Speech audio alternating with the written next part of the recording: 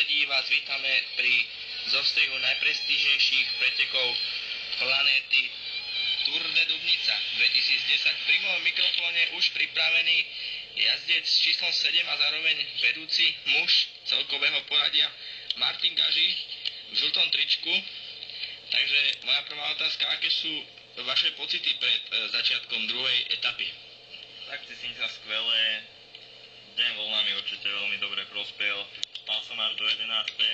No potom ma zobudili bohužiaľ susedový klobúky. Neviem ako. Bol som troška nasratý, ale tak sme sa potom ako nejaké finančné odškodnenie tam bolo. A tak ako dúfam, že mi tá etapa vyjde. Cítim sa skvelé. Myslíte si, že dokážete ustrážiť svoj náskok 15 sekúnd a udržať si žlté tričko pre vedúceho člena poradia? No tak bude to veľmi ťažké, len si určite premotivovaný, takisto aj ja, ale bude to, jak som už povedal, ťažké. Myslím si, že tých 15 sekúnd, čo som nahnal na tom športe, je málo. Určite budeme musieť počkať do hôr, tam sa to všetko vykryštalizuje. A ako som už povedal, uvidíme. OK, ďakujem za rozhovor. Ďakujem aj ja.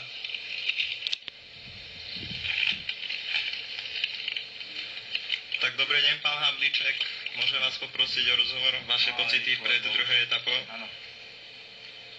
Vaše pocity? Ako by som to povedal, ťažko sa mi hovorí, lebo nemám moc náladu. Včera mi zomrela svokra, akože oslavovali sme síce do rána, ale teraz vlastne mi až prišlo, že čo sa stalo a čo sme všetko spolu zažili, takže ak vyhrám dnešnú etapu, tak víťazstvo venujem tam hore jej. A ináč dúfam, akože sa mi to podarí hlavne kvôli nej. Ďakujem za rozhovor.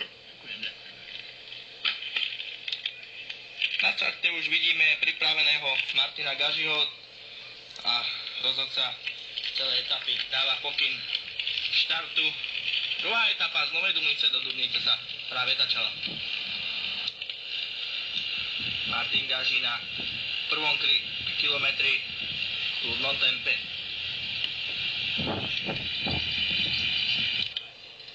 Tu vidíme, ako Darius Havlíček sa dostáva dopredu. Vyzerá to na ohromný náskok. Nástup, pardon. Darius Havlíček.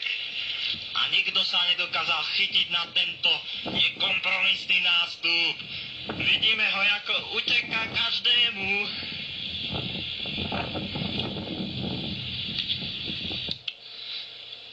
Vyzerá to tak, že Darius Havlíček je dávno niekde v diaľke a nikto na ňo nemá. Ale v tejto chvíli čo to vidíme? Tu je Darius Havlíček pri ceste. A čo to robí? On proste neukontroloval svoje močové ústrojenstvo. Vyzerá to ako dobrá šanca pre Andyho Gažiho tento náskok zmazať. A takáto krásna príroda sa nachádza v malebnej dedinke Kolačín. Tu šprintuje Martin Gaži, okamžite využíva šancu, ktorú mu poskytol čurajúci Darius Havlíček.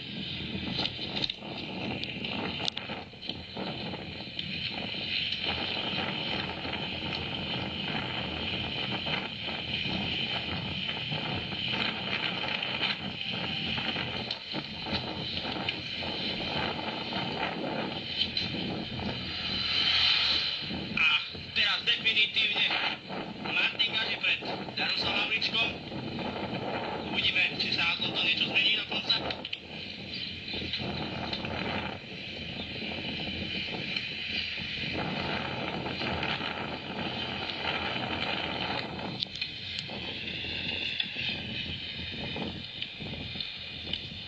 Ideme za Martinom Gažim.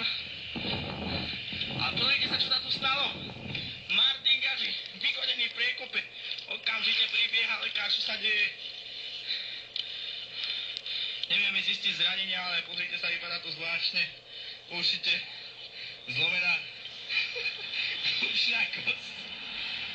A zrejme aj nejaké infarktové stavy. Ale vypadá to tak, že Martin Gaži bude schopný pokračovať. Áno, je to správny chlap a určite dokáže aj svoje přítelkyni, že stále ešte má na to. Zostáva nový bicykel, v tom bicykle sa rozbieha a upaluje za obiehajúcim Darius Havlíček. Toto je veľká strata. Martin Gaži už má veľkú stratu na vedúceho Dariusa Havlíčka. Vyzerá to tak, že ak po tejto rovinatej ceste održí tento náskok, tak by to mohlo vyzerať tak, že prevezme žltý trikot.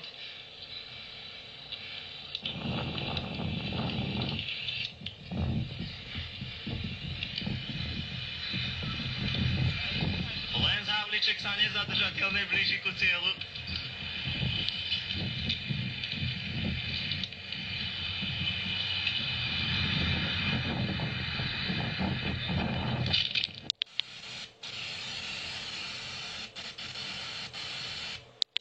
Cieľová kamera číslo 1 už očakáva vedúceho poradí dnešnej etapy a je tu Lance Havlíček, Darius, prezývaný taktiež aj Lance, prichádza na cieľovú rovinku a očakávane vyhráva túto etapu a tak sa bude môcť navliecť do žltého trička vedúceho pretekára.